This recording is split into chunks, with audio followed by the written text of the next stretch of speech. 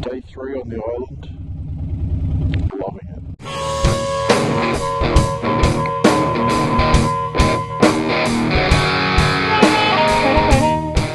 This will be the test.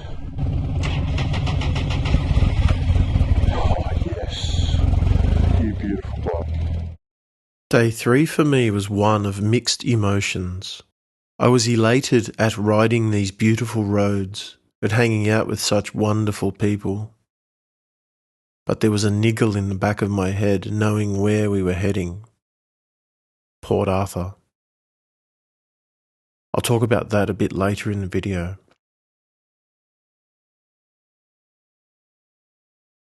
There's a moto vlogger who moved from Queensland all the way to Tasmania, your old boy, Governor 947. He and his wife set up a cafe here in Medina. Unfortunately, our stars didn't align for us to visit during operating hours.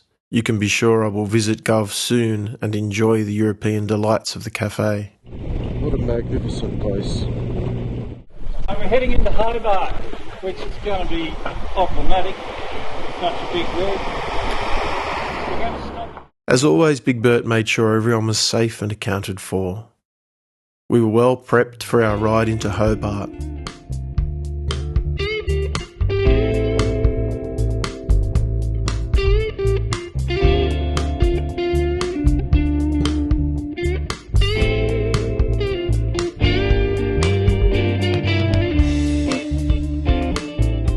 Hobart is the capital city of Tasmania with a whopping population of just over 200,000 people. Sorry, Big Bert. The municipality I live in has over 400,000.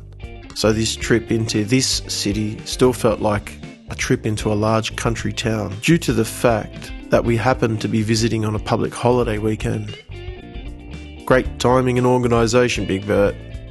Since leaving the North Coast, this is the next time we encountered any form of traffic and traffic lights.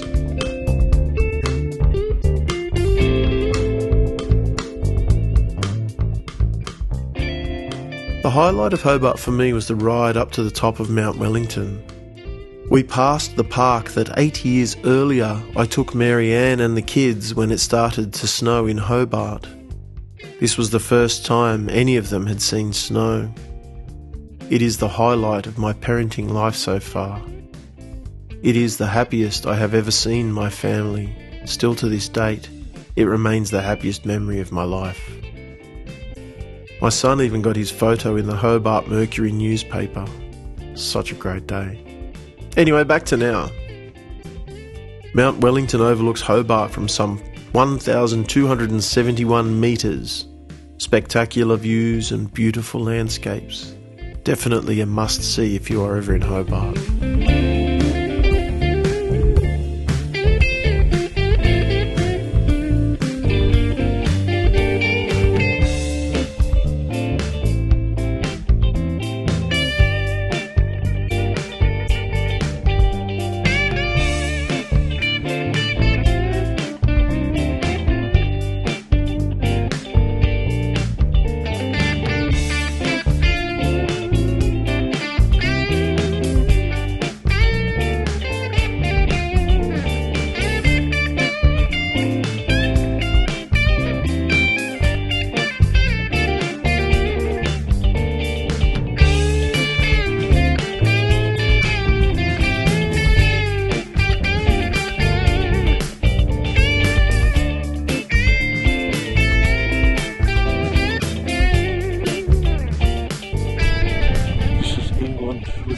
Transported to England.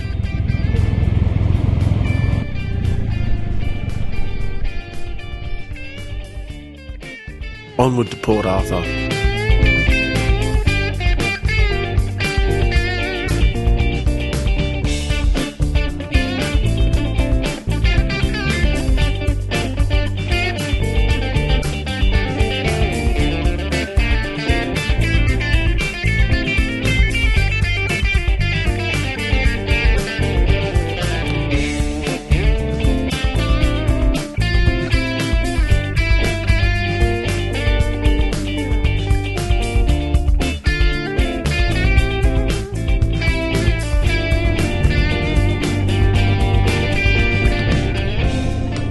What of that water?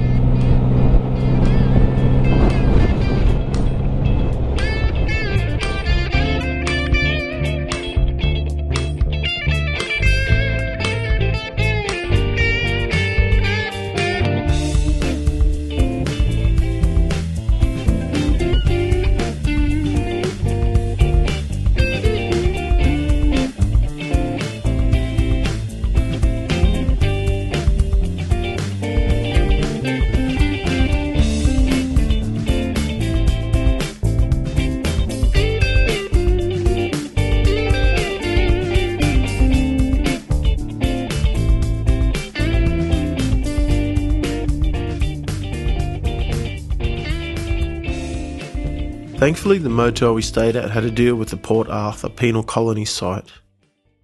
We were able to meander around the grounds after hours at no extra fee. Now, this place definitely gives me the creeps for several reasons.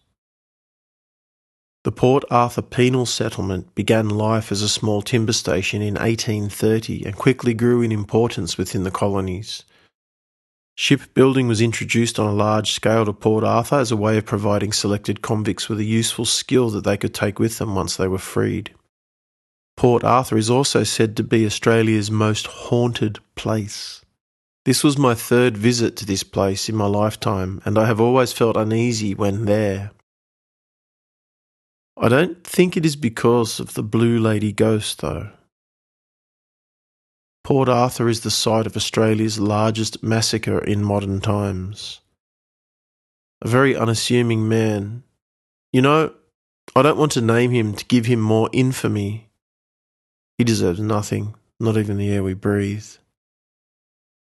This young man shot and killed 35 people and wounded 23 others. This place reeks of this tragedy. I can almost hear the echoes of those gunshots. Anyway, without getting too political, in the wake of this horrific event, gun laws in Australia became very stringent. Enough about that. This place is a magnificent time capsule and reminder of Australia's heritage and history. If you visit the south of Tasmania, you must visit Port Arthur. I learned a lot that day about myself. I learned that I have no interest in being anywhere near a city. I learned more about our history and our culture. I reflected on some of the best times of my life and of the sad and sorrowful side of humanity. This trip of a lifetime was becoming a bit of an emotional roller coaster, and I was happily strapped in for the ride.